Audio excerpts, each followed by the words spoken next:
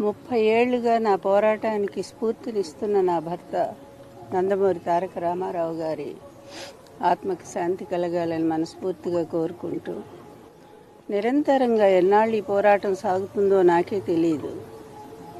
కళ్ళ ముందు ఎన్ని జరుగుతున్నా కూడా, ఎన్ని అకృత్యాలు జరుగుతున్నా కూడా బాధపడుతూనే ముందుకు సాగిపోతూనే ఉన్నాను.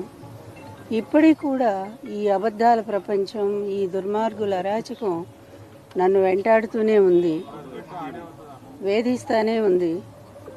ఎన్ని రకాలుగా అవమానాలు ఎదుర్కోవాలో నాకే తెలియట్లా. నేను చేసిన తప్పేంటో ఇప్పటికి కూడా నాకు తెలియదు.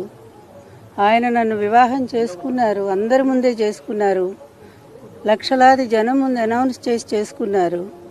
భారీగా ఇంటికి తీసుకొచ్చారు, గౌరవం ఇచ్చారు. చివరి వరకు ఆయన ఆరోగ్యం కోసం, ఆయన ఆనందం కోసం, తర్వాత ఆయన